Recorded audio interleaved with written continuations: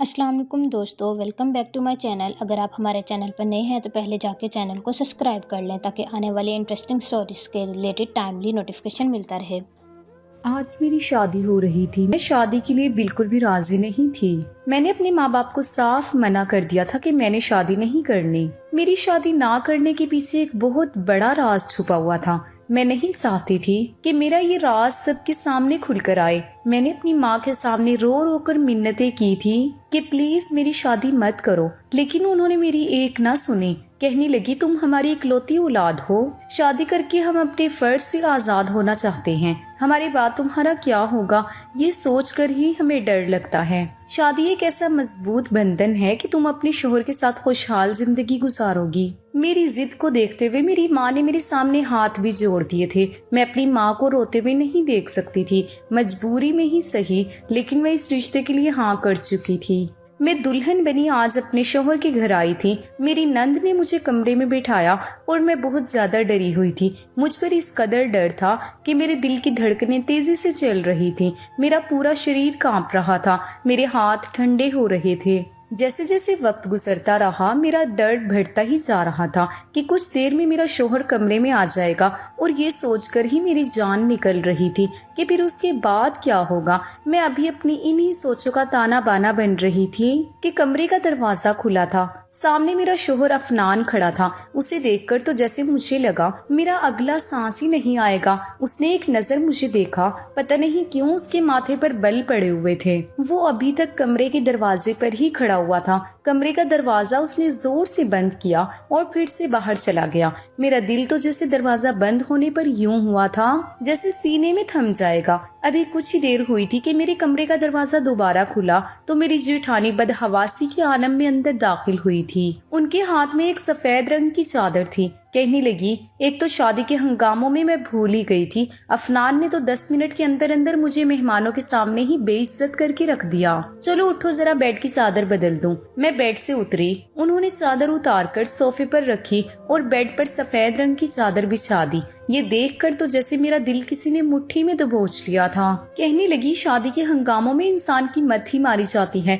2 minute के अंदर अंदर उन्होंने बेड पर सफेद रंग की चादर बिछा दी। कहने लगे, अफनान इस मामले में बड़ा ही वहमी है। बेड की चादर देखकर उसने तो पूरा घर सर पर उठा लिया था। फौरन से दनदनाता मेरे पास आया। कहने लगा, भाभी मैंने आपको पहले ही कहा था कि मेरे बेड पर शादी की पहली रात सफेद चादर बिछा देना, और अब मैं कमरे में देखकर आ रहा हूँ कि बेड पर सफेद चादर नहीं है। अब मुझे कैसे पता चलेगा लड़की कंवारी है या फिर चरित्रहीन है। अपनी जेठानी के मुंह से ये बात सुनकर मेरे पूरे शरीर से पसीना छूट गया था। मेरी जेठानी कमरे से जा चुकी थी, लेकिन मेरा दिल तो जैसे धड़कना भूल गया था। मैं बार बार अपने हाथों की उंगलियां चटका रही थी, समझ नहीं पा रही थी कि क्या करूं और क्या ना करूं। कुछ देर बाद कमरे का दरवाजा खुला था और अफनान कमरे में दाखिल हुआ था। मैं संभल कर बैठ गई। इस बार उसके चेहरे के तने हुए भाव थोड़े नॉर्मल थे। वो मेरे पास आया। जैसे ही मेरे पास बैठा मैं डर के मारे कांपने लगी थी। उसने मेरा चेहरा थोड़ी सी पकड़कर ऊपर किया। मेरी नजरें खुद ब खुद झुक गई थी। कुछ देर तक वो मेरे चेहरे को बड़ी मोहब्बत से देखता रहा, फिर कहने लगा, तुम तो बहुत खूबसूरत हो। जितनी तुम्हारी खूबसूरती की बातें मैंने अपनी भाभी से सुनी थी वो सभी तुम्हारे सामने कम है। भाभी ने तुम्हारी खूबसूरती की बहुत तारीफें की थी, लेकिन तुम्हें देखकर लग रहा है जितनी भी तारीफें की हैं वो कम थी। तुम तो उन तारीफों से कई ज्यादा गुना खूबसूरत हो। ये कहकर उसने अपनी जेब से मखमली डब्बी निकाली थी जिसमें शायद मुंह दिखाई का कोई तोहफा था। मेरा दिल अब भी धक धक कर रहा था। उसने एक चेन निकाली और मेरे गले में पहनाने लगा। चेन को पहनाते हुए अफनान की उंगलियां मेरी गर्दन पर शरारत करने लगी तो मेरी जान पर बन आई थी। उसकी आंखों की बेचैनियां बढ़ने लगी थी। उसकी आंखों में छाने वाला खुमार मेरी जान निकाल रहा था। आहिस्ता आहिस्ता वो मेरे करीब होने लगा था, लेकिन मैं एकदम से पीछे हट गई थी। मेरी इस हरकत पर वो मुस्कुराने लगा। कहने लगा, सारा शादी हुई है हम दोनों की। मियाँ बीवी का रिश्ता ऐसा ही होता है, हम दोनों के बीच कोई भी पर्दा नहीं है। ये कहते हुए अफनान ने मेरा हाथ पकड़ लिया जो कि बिल्कुल ठंडा हो रहा था। शायद आहिस्ता आहिस्ता वो मुझे अपने भरोसे में लेने की कोशिश कर रहा था, लेकिन मैं पूरी की पूरी लरज रही थी। अफनान फिर से मुझे समझाने लगा कि देखो, ये हमारे बीच जो कुछ भी हो रहा है ये जायज है।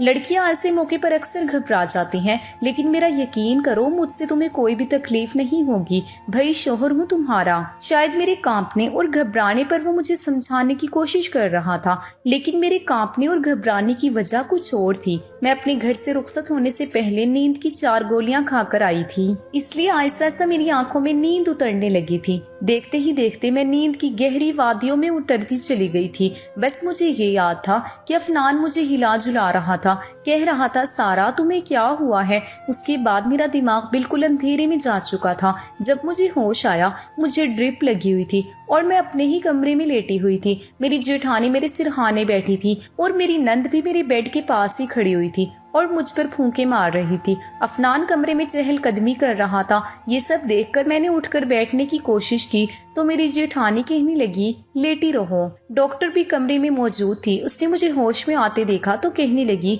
जैसे ही ड्रिप खत्म हो अफनान से कहिएगा कि ड्रिप उतार दे। फिर उसने मुझे कुछ मेडिसिन लिख कर दे दी और कहने लगी कि इन्हें रेगुलर इस्तेमाल करवाना। जल्द ही डॉक्टर कमरे से जा चुकी थी। मेरी जेठानी कहने लगी मैं तुम्हारे लिए दूध का गिलास लाती हूँ। ये कहकर वो भी कमरे से निकल गई। पीछे पीछे मेरी नंद भी चली गई थी। मैंने अफनान की तरफ देखा तो उसके माथे पर बल पड़े हुए थे। गुस्से से कमरे के चक्कर काट रहा था। मैंने घड़ी की तरफ देखा, सुबह के 6 बजने वाले थे। मैं अभी तक दुल्हन के जोड़े में थी, लेकिन उसने अपने कपड़े बदल रखे थे। अफनान मेरे पास आया और मुझे गुस्से से घूरने लगा।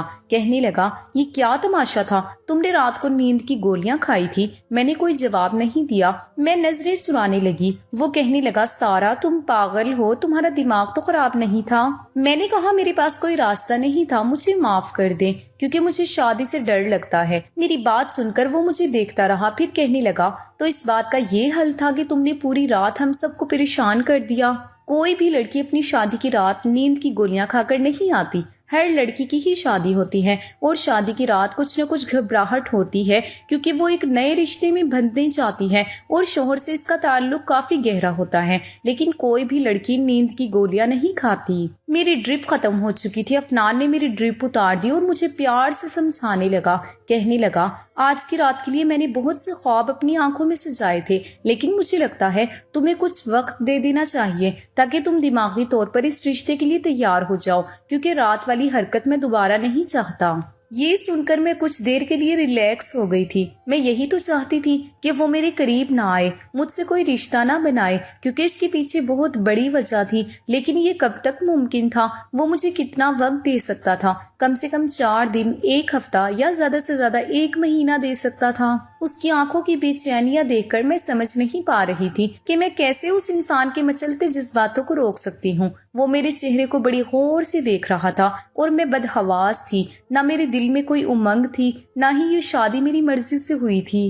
ये एक जबरदस्ती का बंधन था। खैर मेरा सारा डर इस बेडशीट को लेकर था जो मेरे लिए मौत का पैगाम लेकर आती थी। अगर रात को मैंने नींद की मेडिसिन ना खाई होती तो अफनान कहने लगा कितनी खूबसूरत और मासूम हो तुम। मैं ये देखकर मेरा दिल बेईमानी करने पर मुझे उकसाने लगा है, लेकिन खैर तुम्हारा ख्याल तो रखना ही पड़ेगा क्योंकि ये मेरी जिम्मेदारी है। ये कहकर वो वहां से उठकर चला गया था। कुछ देर बाद मेरी जेठानी मेरे लिए दूध का गिलास ले आई। मुझे दूध पिलाकर उन्होंने मुझे सोने के लिए कह दिया। मैं दोबारा से लेट गई और सो गई। मेरे ससुराल में ज्यादा लोग नहीं थे। मेरी एक नंद थी, वो भी शादीशुदा थी। मेरे जेठ और जेठानी थी, वो भी अपने अलग घर में सेटल थे, अभी सिर्फ शादी के लिए इस घर में आए हुए थे। मेरी जेठानी और मेरी नंद का रवैया मेरे साथ बहुत ही अच्छा था। अफनान ने 2-3 दिन मुझे कुछ भी नहीं कहा था, बस मुझे अपने रिश्ते के बारे में बताता रहता कि मियाँ बीवी का रिश्ता ऐसा ही होता है। इन 3 दिनों में मैं ये जान चुकी थी कि वो कभी भी इस्तेमाल की हुई चीज इस्तेमाल में नहीं लाता।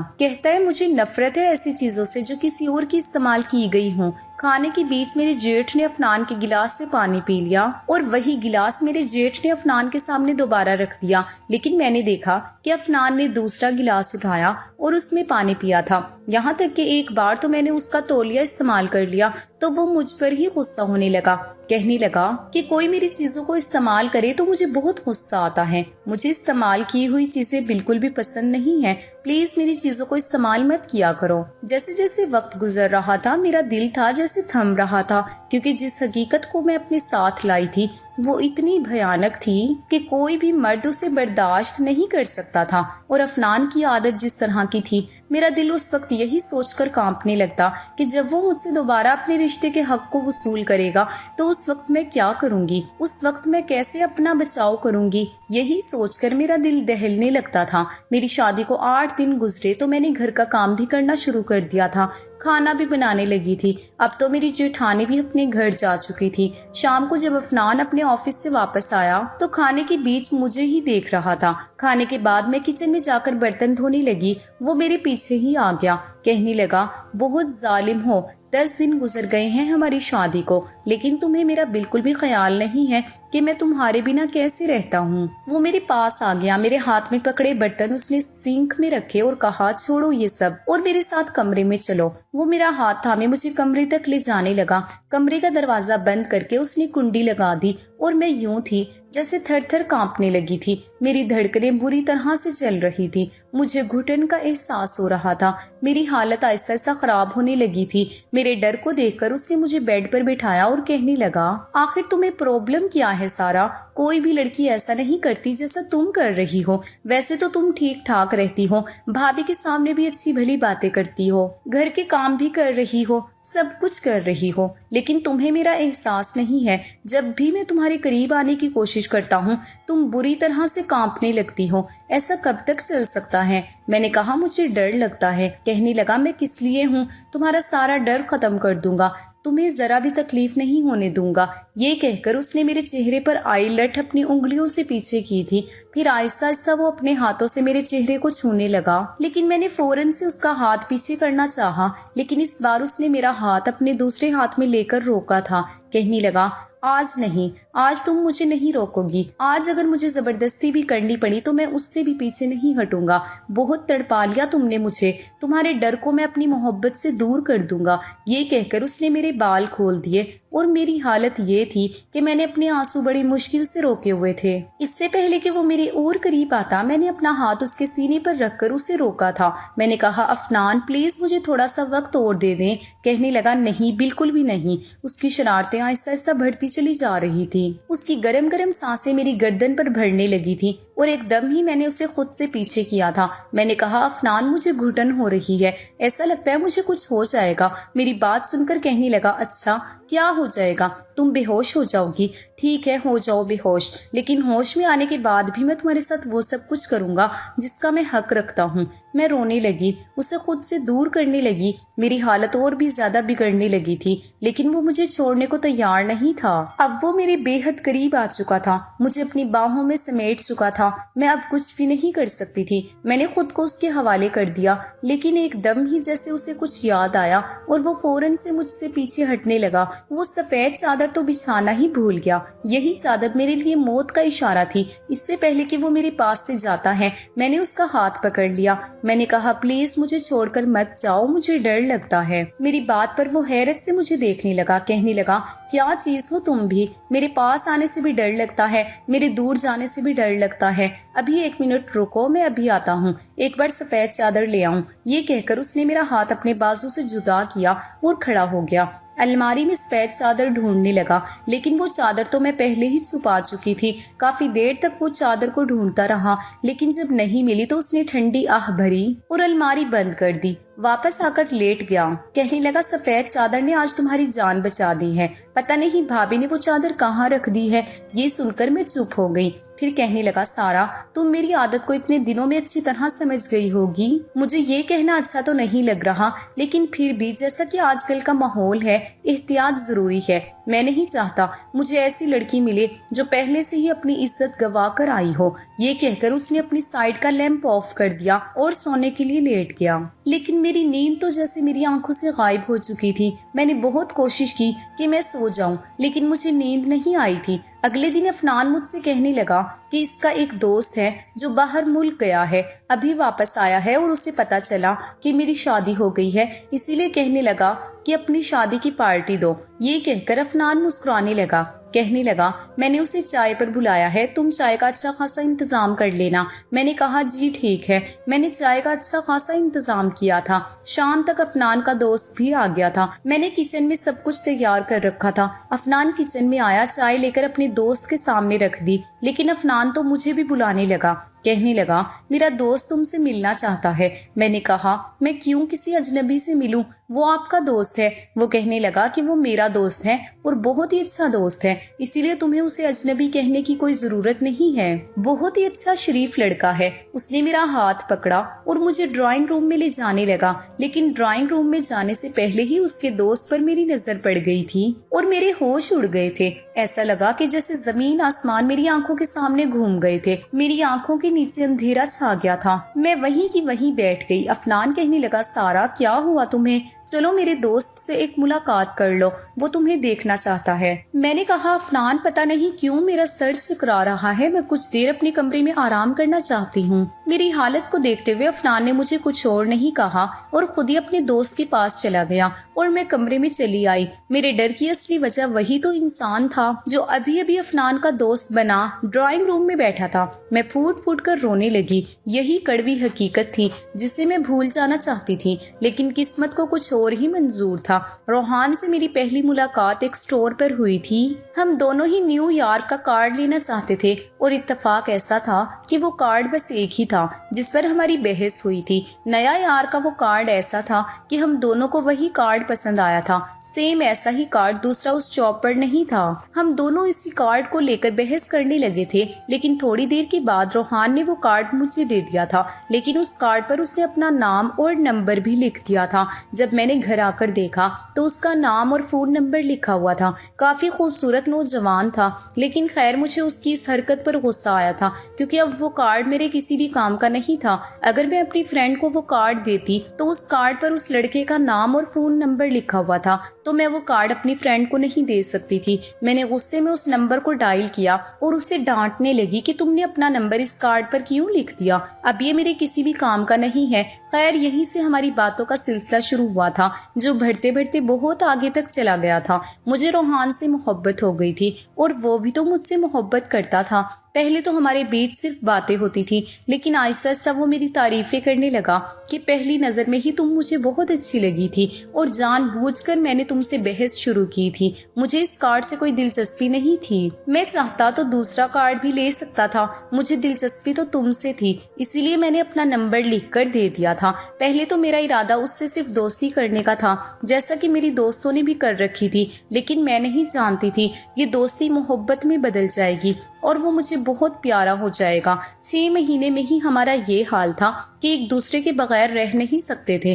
ہمارے بیچ اب کسی بھی بات کا کوئی پردہ نہیں رہا تھا. ہم ایک دوسرے سے ہر طرح کی باتیں کرنے لگے تھے, وہ باتیں بھی جو ہمیں نہیں کرنی چاہیے تھی. شیطان جب انسان پر حاوی ہونے لگتا ہے تو اس کی عقل ختم ہو جاتی ہے. ہمارے ساتھ بھی ایسا ہی ہوا تھا. آہستہ آہستہ میں بہکنے لگی تھی, اپنی راہ سے بھٹکنے لگی تھی. شاید یہ عمر ہی کچھ ایسی جذباتی عمر ہوتی ہے. اس وقت میں انٹر کلاس میں تھی اور میری عمر اس وقت 17 سال تھی. یہ ایسی نازک عمر ہوتی ہے کہ لڑکیاں بہت جلدی اپنی راہ سے بھٹک جاتی ہیں. ایک بار مجھے روحان نے ملنے کے لیے باہر بلایا تھا. میرا اپنا خود یہ حال تھا کہ اب باتوں سے من نہیں بھرتا تھا. میں نے سوچا کہ ایک ملاقات کر لینی چاہیے اور میں اس سے ملنے کے لیے چلی گئی تھی. ایک دوسرے کو دیکھ کر ہمارے جذبات ابھرنے لگے تھے, بے قابو ہونے لگے تھے. ملاقاتوں کا سلسلہ جاری ہو گیا تھا اور ایک بار وہ سب کچھ ہو گیا جو نہیں ہونا چاہیے تھا. میں تو اس دن کالج کے لیے نکلی تھی, لیکن اصل مقصد تو روحان سے ملاقات کرنا تھا. پہلی ملاقات میں ہم کیفے میں ملے تھے. ایک دوسرے کو دیکھ کر ہمارا من نہیں بھرتا تھا. ہم ایک دوسرے کے اور بھی قریب ہونا چاہتے تھے. میں اس بار روحان سے یہی کہنا چاہتی تھی کہ وہ اپنا رشتہ میرے لیے بھیج دے. حالانکہ چاہت تو اس کی بھی یہی تھی. وہ مجھے اپنے ایک دوست کے فلیٹ پر لے گیا. حالانکہ اکیلے فلیٹ میں مجھے تھوڑی گھبراہٹ ہو رہی تھی, لیکن آہستہ آہستہ میری گھبراہٹ کم ہونے لگی تھی. روحان مجھے بتانے لگا کہ میں اپنے بڑے بھائی کے پاس امریکہ جا رہا ہوں, 3 سال بعد واپس لوٹوں گا اور और फिर तुम्हारा रिश्ता मांग लूंगा। 3 साल में मैं अच्छा भला सेटल हो जाऊंगा तो तुम्हारे घर वाले रिश्ते पर एतराज नहीं करेंगे। रोहान की बातें सुनकर मेरी आंखों से आंसू बहने लगे थे। मैंने कहा, रोहान, मैं 3 साल कैसे गुजारूंगी तुम्हारे बगैर? मैं तो मर जाऊंगी। आंखें तो उसकी भी नम थी, पता ही नहीं चला कि कब रोते रोते उसके करीब हो गई थी। मैंने उसके कंधे पर सर रख दिया और रोने लगी थी। हम दोनों का ही ये मिलन पहला मिलन था। रोहान की जिंदगी में भी मुझसे पहले कोई लड़की इतने करीब नहीं हुई थी और ना ही मेरी जिंदगी में कोई लड़का आया था। वो मुझे तसल्ली देने लगा, कहने लगा, तुम परेशान मत हो, अभी मेरे पास कोई नौकरी नहीं है और तुम्हारे माँ बाप भी बिना नौकरी के मुझे तुम्हारा रिश्ता नहीं देंगे। मैं उसके साथ लगकर रोए जा रही थी। पता नहीं कब रोहान पर खुमारी सी चढ़ने लगी थी और वो मुझे आहिस्ता आहिस्ता अपनी बाहों में भरता चला गया था। कहने लगा, मैं भी तुम्हारे बगैर कैसे जाऊंगा? मुझे एक यादगार मुलाकात दे दो ताकि मैं वहां पर जब भी उदास हूँ तो तुम्हें याद कर लिया करूँ। इन हसीन पलों को याद करके दिल को सुकून पहुंचा लिया करूँ। ये सुनकर मैं एकदम से घबरा गई थी और रोहान से पीछे हटी थी। मैंने इनकार किया, लेकिन उसकी मोहब्बत के सामने मैं भी बेबस हो गई थी। मैं उसे ज्यादा मना नहीं कर पाई। आहिस्ता आहिस्ता हम बेहद करीब होते चले गए और मुझे खुद भी अंदाजा नहीं हुआ वो मुलाकात मेरी जिंदगी भर का रोग बन चुकी थी। जब जज्बातों का तूफान ठंडा हुआ तो मैं अपना सब कुछ खो बैठी थी। मैं बस रोए जा रही थी। वो शर्ट पहनते हुए कहने लगा, मैं तुमसे कभी भी बेवफाई नहीं करूंगा। मैंने कहा, रोहान, मुझे डर लग रहा है, अगर देर हो गई तो मैं क्या करूंगी? कहने लगा, तुम्हें कुछ नहीं होगा, अभी सिर्फ तुम इंटर में हो, जब तक तुम्हारी पढ़ाई पूरी होगी मैं वापस आ जाऊंगा, बल्कि उससे पहले ही वापस आ जाऊंगा। बस तुम शादी मत करना और मेरा इंतजार करना। ये कहकर वो चला गया था, लेकिन वो नहीं आया। पहले पहले तो वो मुझसे बातें क्लियर करता था, लेकिन फिर उसकी कॉल भी आनी बंद हो गई थी। उसका फोन भी बंद जाने लगा। बहुत कॉन्ट्रैक्ट करने की कोशिश की, लेकिन उससे कोई भी बात नहीं हो पा रही थी। 4 साल तक मैंने उसका इंतजार किया था,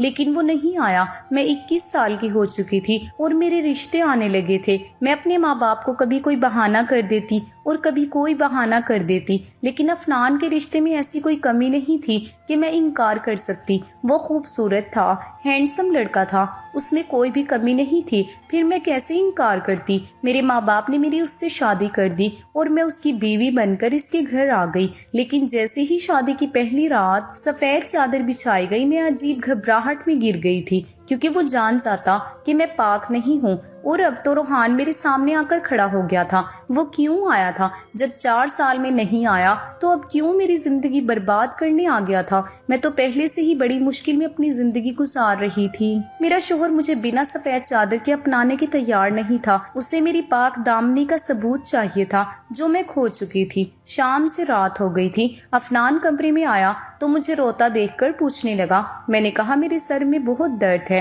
कहने लगा, चलो मैं तुम्हें डॉक्टर के पास लेकर चलता हूँ। मैंने मना कर दिया। मैंने कहा, मैं टैबलेट खा लूंगी और कुछ ही देर में ठीक हो जाऊंगी। वो कहने लगा, रोहान मेरा बहुत गहरा दोस्त है, मैं चाहता था तुम भी मेरे साथ बैठकर बातें करती। फिर अफनान कहने लगा, जानती हो सारा, मेरे दोस्त के साथ बहुत बुरा हुआ है। मैंने कहा, क्यों, क्या हुआ?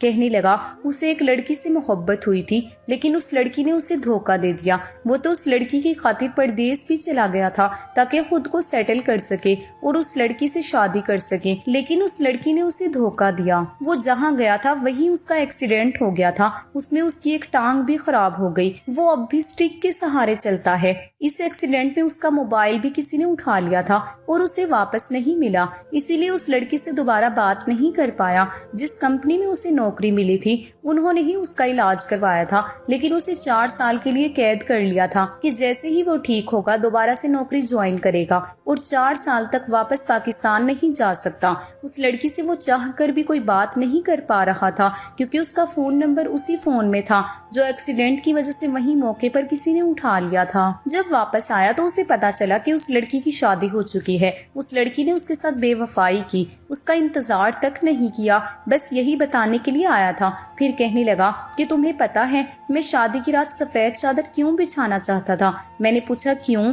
کہنے لگا اس لڑکی نے محبت میں روحان کے ساتھ ساری حدیں پار کر دی تھی اور پھر کسی دوسرے کے ساتھ شادی کر کے خوشی خوشی اپنی زندگی گزار رہی ہے، اپنے شوہر کو دھوکہ دے رہی ہے۔ ایسی بہت سی لڑکیوں کے بارے میں نے سن رکھا ہے جو شادی سے پہلے عیاشیاں کرتی ہیں اور ان کے شوہر کو خبر بھی نہیں ہوتی کہ ان کے ساتھ زندگی گزارنے والی لڑکی پاک ہے یا پھر اپنی عزت پہلے ہی گوا چکی ہے۔ اب میں اور زیادہ برداشت نہیں کر سکتی تھی۔ میں افنان کے پاس آئی اور میں رونے لگی۔ افنان نے کہا، کیا ہوا، کیوں رو رہی ہو؟ میں نے اس کے سامنے اپنے ہاتھ جوڑ دیے۔ میں نے کہا، افنان مجھے معاف کر دو، میں نے بہت بڑا گناہ کیا ہے، میں تم سے اب اور زیادہ جھوٹ بول کر زندگی نہیں گزار سکتی۔ میں نے افنان کو سب کچھ سچ سچ بتا دیا۔ وہ حیرت سے مجھے دیکھ رہا تھا۔ میں نے کہا، میں تمہارے لائق نہیں ہوں، میں نے روحان سے محبت کی تھی لیکن پتہ نہیں کیوں یہ گناہ کر بیٹھی تھی۔ میں نے 3 سال تک اس کا انتظار کیا، مجھے لگا اس نے بے وفائی کی ہے، میں نہیں جانتی تھی کہ اس کے ساتھ یہ حادثہ ہو گیا ہے۔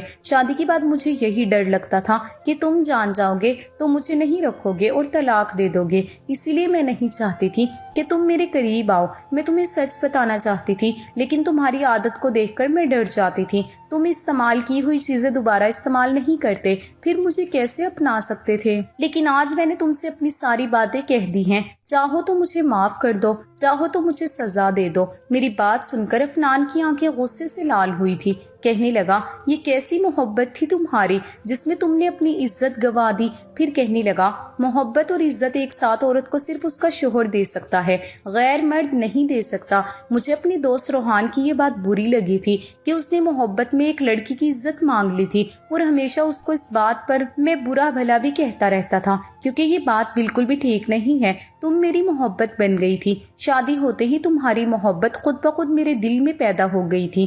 ہاں میں مانتا ہوں مجھے استعمال کی ہوئی چیزیں پسند نہیں ہیں، لیکن تم کوئی چیز نہیں بلکہ میری بیوی ہو۔ میاں بیوی ایک دوسرے کا لباس ہوتے ہیں اور لباس انسان کے بدن کو چھپا کر رکھتے ہیں، ان کی کمیوں کو، ان کے عیبوں کو چھپا لیتے ہیں۔ اسی لیے میرا فرض ہے کہ میں تمہارا یہ عیب بھی چھپا لوں۔ یہ کہہ کر اس نے میرا ہاتھ تھاما تھا۔ میں تو پتھر کی بن گئی تھی۔ میں سوچ بھی نہیں سکتی تھی کہ افنان کا دل اتنا بڑا بھی ہو سکتا ہے۔ بس 1 منٹ لگا تھا، میرے دل میں افنان کی محبت روحان سے بھی کئی گناہ بڑھ چکی تھی۔ وہ چاہے جانے کے قابل تھا، وہ مجھے معاف کر چکا تھا۔ اس نے روحان سے دوستی ختم کر دی۔ اس کے بعد روحان کبھی ہمارے گھر نہیں آیا تھا، نہ ہی افنان نے کبھی اس کا ذکر کیا تھا۔ میری شادی کو آج 5 سال ہو چکے ہیں، ہمارے پاس ایک پیارا سا بیٹا بھی ہے۔ افنان نے کبھی مجھے میرے ماضی کے حوالے سے تانا نہیں دیا، اور میرا تو یہ حال ہے کہ میں افنان کی دیوانی ہو چکی ہوں۔ اس کی زبان سے نکلا ہر لفظ میرے لیے حکم کا آستان رکھتا ہے۔ اصل محبت وہی ہے جو اپنے شوہر سے کی جاتی ہے، کیونکہ وہ آپ کو محبت کے ساتھ ساتھ عزت بھی دیتا ہے۔ دوسری محبتوں کی طرح محبت کے بدلے عزت نہیں مانگتا۔ خدا کے لیے اپنے شوہر سے محبت کرے، نہ کہ غیر مرد کی 4 محبت کی بھری باتیں سن کر اپنی عزت کو داؤ پر لگائیں۔ دوستوں، ہماری کہانی کیسی لگی ضرور بتانا۔ کہانی کو لے کر اپنی رائے ضرور دیا کریں۔ دوستوں، آپ کو ہماری کہانی کیسی لگی ہے؟ کہانی پسند آئی ہو تو پلیز لائک کرنا۔ روز ایک نئی کہانی سننے کے لیے ہمارے چینل کو سبسکرائب کرنا۔ ملتے ہیں دوستوں اگلی کسی نئی کہانی کے ساتھ۔ اللہ حافظ۔